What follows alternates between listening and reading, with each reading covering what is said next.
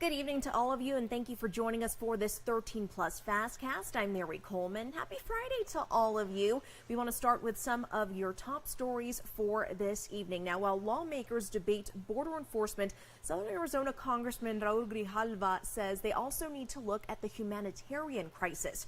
Fox 11's Andres Rendon spoke with him today and has more. Those are the meetings that we're going to have to secure sustainability to what's going on now and to make the offer that I'm making now. You want to talk? Let's talk. After touring Casa Alitas, Grijalva shared his concerns with proposed laws in D.C. that may limit the help and funding organizations assisting migrants will get in the future. At the facility, he expressed gratitude for the 600 volunteers helping, but he says it was still saddening to see. I can see in their eyes that it is a frustrating issue. It's a tough issue, and they're having to jump through layers with CBP and DHS that would, if those layers of bureaucracy weren't there, that their job would be much easier. One other concern Grijalva mentioned was the lack of timely communication of when migrants are released. Chairwoman Adelita Grijalva from the Pima County Board of Supervisors agrees, saying proper notifications need to be in place. Rules are not the same. That's one of the problems. So we have El Paso, which works with CPP. They get a manifest of everyone that's coming 3 days before they come. We may get a call 15 minutes before a bus is being unloaded in the middle of a town that doesn't have the resources. Congressman Grijalva and Chairwoman Grijalva both say that a large problem surrounding the border and migrants is the narrative associated with them. I mean, they're here with a legal process. They're seeking asylum. They're refugees. And so, when people say, it's an open border and everyone's coming through, you have to understand that this process, this legal process, is something that's been established for decades. A recent announcement from the Biden administration stated that they will expand the border wall in Texas and start deporting Venezuelans who entered unlawfully. That, along with the struggle in D.C. to find a more long-term Speaker of the House, prompts Grijalva to point out the need for compromise in government. I don't think it's a question of like. It's a question of governing. It's a question of doing business. It's a question of compromising. It's a question of not getting your way every time.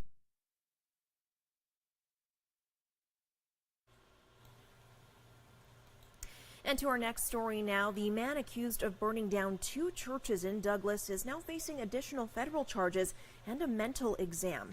Court filings show Eric Ridenour is now charged with obstruction of the free exercise of religious beliefs, along with using fire to commit a felony. This is in addition to arson charges. A judge has also ordered the suspect to have a mental evaluation sometime in the next month.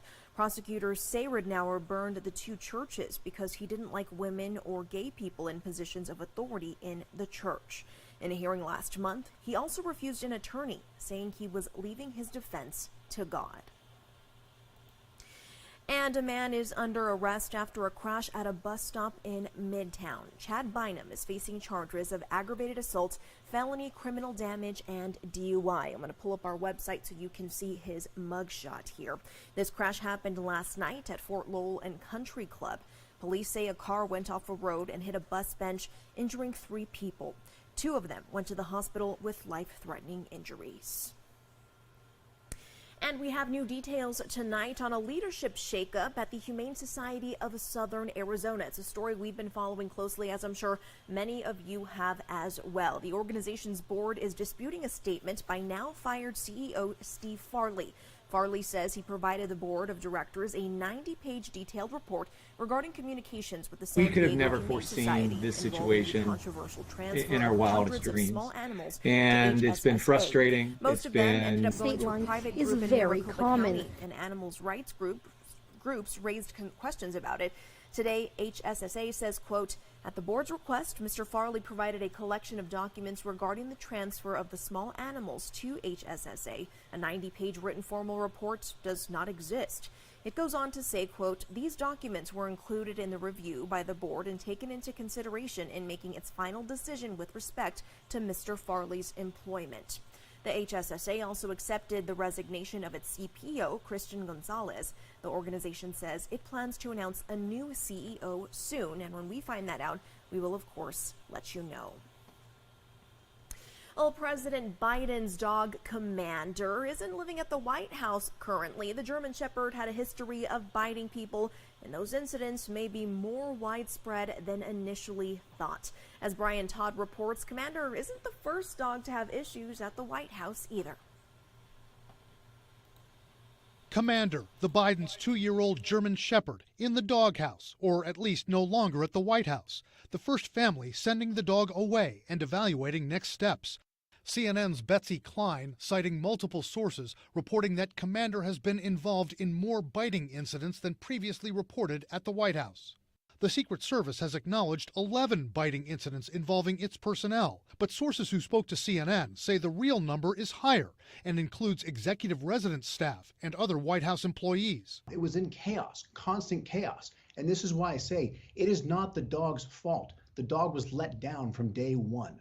Sources tell CNN the bites have ranged in severity, with one known bite requiring hospitalization, some requiring attention from the White House medical unit, and others going unreported and untreated. The consequence of that is you create a hazard in the workplace. The challenges that Commander presents, really have a measured impact on operations. One source told CNN Commander's aggression has led to Secret Service agents being warned to avoid certain areas of the White House grounds so they wouldn't interact with the dog. The source calling it a hostile and dangerous work environment. And, quote, "We're beyond the point of worrying about trust being broken. We have to speak up." Are the optics also that maybe they don't care as much about the safety of the people who work around there? I think that is also a concern because we know that there's a power dynamic when you work for the president and the first lady. The White House pushing back on that. The president and the first lady care deeply about the safety of those who work at the White House and those who protect them every day. Another White House official says the Bidens have taken this seriously, and the Secret Service denies reports of tension between the Secret Service and the Bidens over this. But it's not the first time a Biden dog has caused problems. The family's elder dog, Major, also a German Shepherd, injured a Secret Service agent and was sent away, which one source says caused a breach of trust. But Major and Commander have company in White House history. Teddy Roosevelt's dog, Pete, once ripped the pants off a government official. Then there was Barney. I got bit by Barney.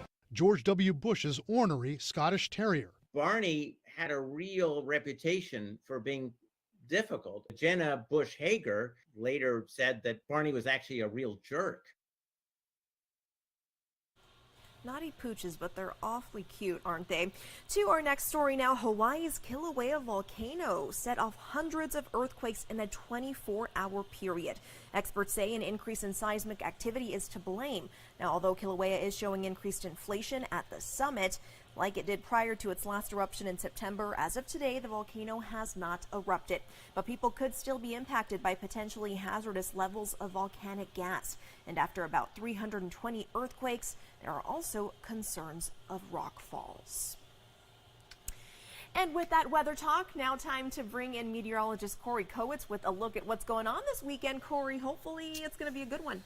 Yeah, well, listen, we had a great start to the week and not so great end to the week. It was a little weird. And it really topped off with our Friday being the hottest day of the week. We got up to 101, adding another. I thought my gauge on my car was lying. I was like, there's no way it's 101. We were just at, 80 yes, whatever I know. yesterday. It is. Dang.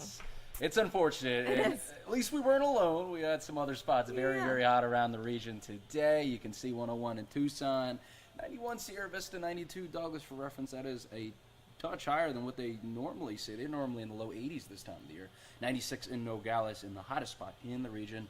104 in Phoenix. 101 today ended up tying the record, which was previously set back in 1987 at 101. We're 12 degrees above what we normally see this time of the year. So very, very high relative to this year, making it our 86th triple-digit day. Like I said, it's hot for this time of the year, and it ended up being now tied for the 12th latest recorded triple digits ever in Tucson's history. You can see the dates and years that we were surpassed for this date.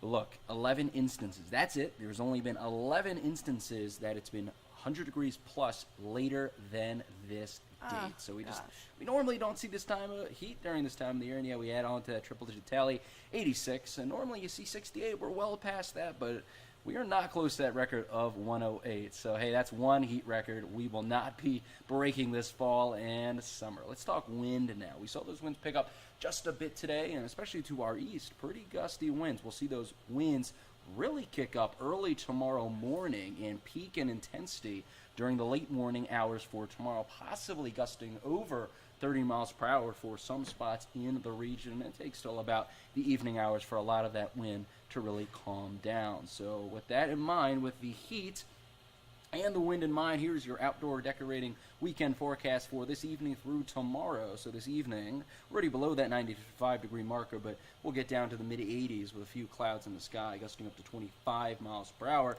And then tomorrow morning, starting off in the low 70s, and then getting up to around 90 by the late morning hours with those winds really kicking in, gusting up to 35 miles per hour in Tucson. And tomorrow afternoon, slight, and I mean slight chance of any showers and storms with a few clouds in the sky, with temps up in the mid-90s, and those winds really a lot later, gusting up to 20 miles per hour. So I'd hold off on putting a lot of those decorations up for tomorrow. And overall, here is your first weekend of October. This is what it'll look like: 95 for tomorrow, morning low of 73, and a morning low on Sunday at 68, a little bit cooler with a high of 94, and a chance of rain 10% tomorrow. Well, a pretty good amount above average, 6 and 5 degrees above average, very windy tomorrow, and a lot less windy for your Sunday. So here's your Marana Pumpkin Patch forecast for tomorrow. And that's when it kicks off, goes till October 29th, Thursday and Fridays, 3 to 8 o'clock, and then during the weekends, it runs 9 to 7 p.m. So here's your forecast, starting off in the low 80s during the beginning of the event. Gusty winds, but those winds will continue to taper off, getting into the mid-90s by the afternoon. Switching location here for your weekend, another edition of your fall pumpkin celebration at Apple Annie's Orchard in Wilcox. You can see going to be very windy for Saturday, lows in the mid-60s to start the event and getting up into the 80-degree marker, and then the mid-80s for Sunday with a little bit cooler lows with some few clouds for them throughout the weekend.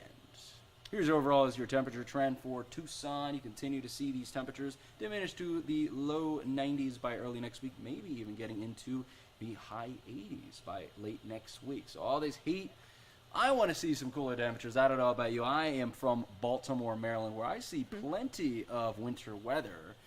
And I know a lot of you don't like the winter weather, but hey, with the heat we've seen, let's think some cooler thoughts, right? So how about this? Our first frost. Winter is coming. Wilcox usually sees their first frost on October 24th, but they've seen it as early as October 2nd. Sierra Vista usually sees it November 14th. Tucson, a little later, usually sees it November 3rd. And the latest you usually see a frost in our area will be in the western portions of our viewing area in Ajo, where they normally see their first frost very late. How about December 17th?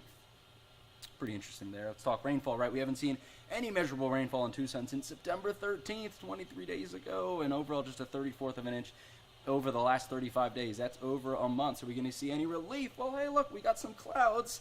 It's better than nothing, right? We'll kind of come in from the south with some storm activity fizzling out south of the international border, right? That cloud cover is going to continue to push in through the overnight hours, but you can see those green spots. They really don't reflect anything in terms of rainfall. Just treat that as cloud cover remaining a little cloudy, a little bit breaking up by the morning hour. And check this out. I mean, this model is the HER, so they are the most bullish in projecting storms, but it does have it, so definitely something we have to keep in mind. Around 3 o'clock south of Tucson, and then that fizzling out by around the dinner time hour, and then overall just cloud cover mainly for the remainder of the night for tomorrow. So there's a chance. I have it up to a 10. Again, that's better than nothing, but there's a chance we could get some showers and storms in Tucson, but after that, really not looking at a whole lot. All right. Well, you know what? We'll take the cool temperatures, though, Corey. After today, I'm like, when is it going to end? I know. I stepped outside, and I was like, is it summer again? I had to check the calendar real quick. Oh, goodness. Well, thank you. I know you'll keep an eye on that. Speaking of this weekend, it's been a party here in Tucson as the Mexican Baseball Fiesta kicked off yesterday. Our Sean Mahoney was there and has everything you need to know if you plan on heading out. The Mexican Baseball Fiesta. The fiesta is back in the old Pueblo. Only thing stopping the music? is the pitch of the baseball. We bring smiles to people's faces.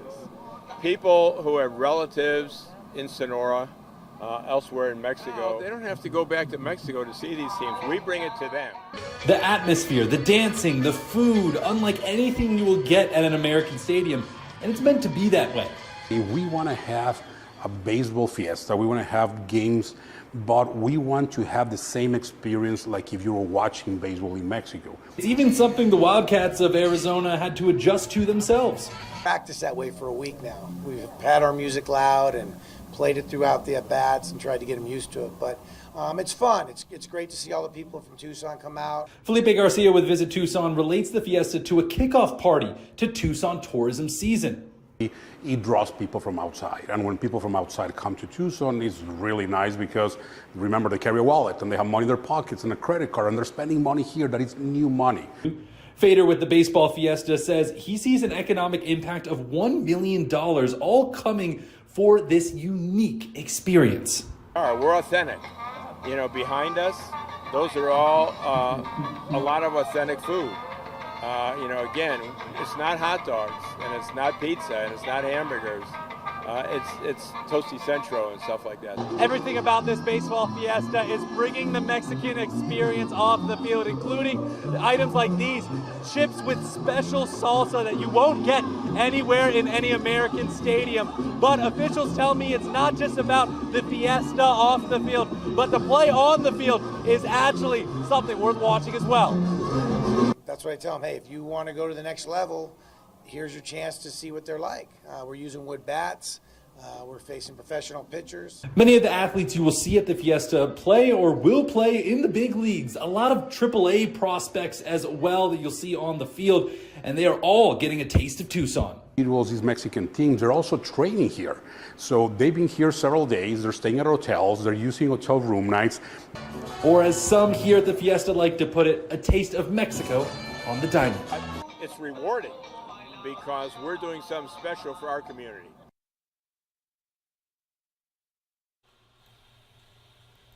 How exciting. I hope some of you get the chance to go and check that out.